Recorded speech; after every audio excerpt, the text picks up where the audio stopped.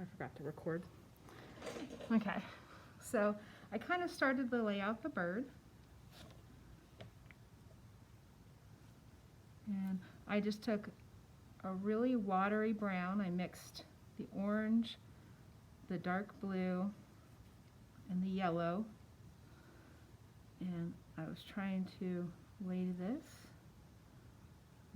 down. Wherever I made it wet, that's kind of where I was working with my bird. And I'm just filling in these areas. I'm color blocking my bird. Now, it doesn't have to be as dark as possible because I'm going to add some other colors in to give the illusion of the shape.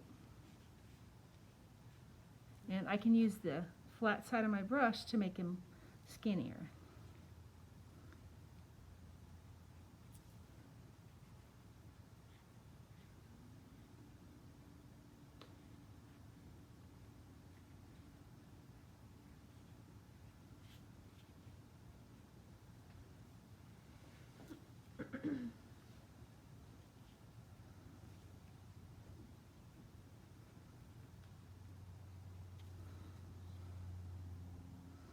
There's only a little tiny bit of his eye here that's white, so I'm going to leave that white.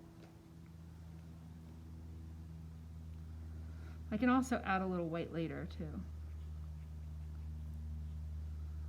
Now, this underside of him is actually a little bit of gray. So I'm just going to paint in here. Doo-doo-doo.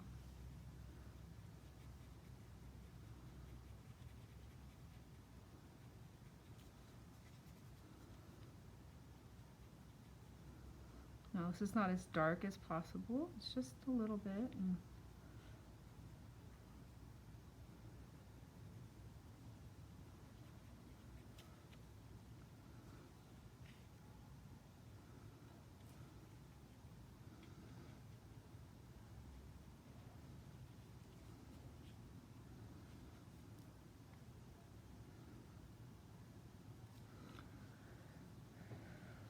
I feel like my bird is huge. It should be a lot smaller.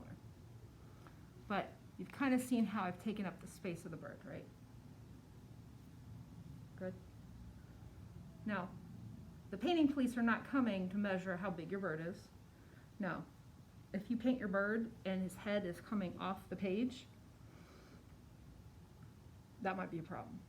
And if you make a wing and it goes woo out here, that might be a problem. But if you see that, there's a decent amount of space here, I know that my green is going to come up through here. I know that my green's supposed to come over here, and I know this wing is supposed to come out a little further. So I gave myself a little bit of room to correct that wing. Maybe this wing's supposed to be a little bit bigger. So, and I know that his beak goes out almost to his wingtip. So those proportions I can correct still. And this tip of this tail maybe needs to be a little finer, so I can use that. So without drawing, I've still kind of adjusted some of my proportions, even if I wasn't correct on my painting at first, without going, oh, I need to get rid of the whole thing. Okay, like I said, painting police is not going to come along and arrest you for things not being exact. We're learning. We're learning about proportion and space. We're learning about how things look, and it's so much easier if we work on it upside down. I can see the spatial arrangement of it better. This tail still's got me, giving me fits, but. All right, I am done. I'm just going to keep painting. So you guys are good to go start if you haven't already. I'm going to keep working. I'm going to add a little bit of red here in shadow. Now, this color here is probably what I'm going to keep using as shadow wherever I work. The spot around his neck here that's white, the shadow here that's white, the shadow here that's white.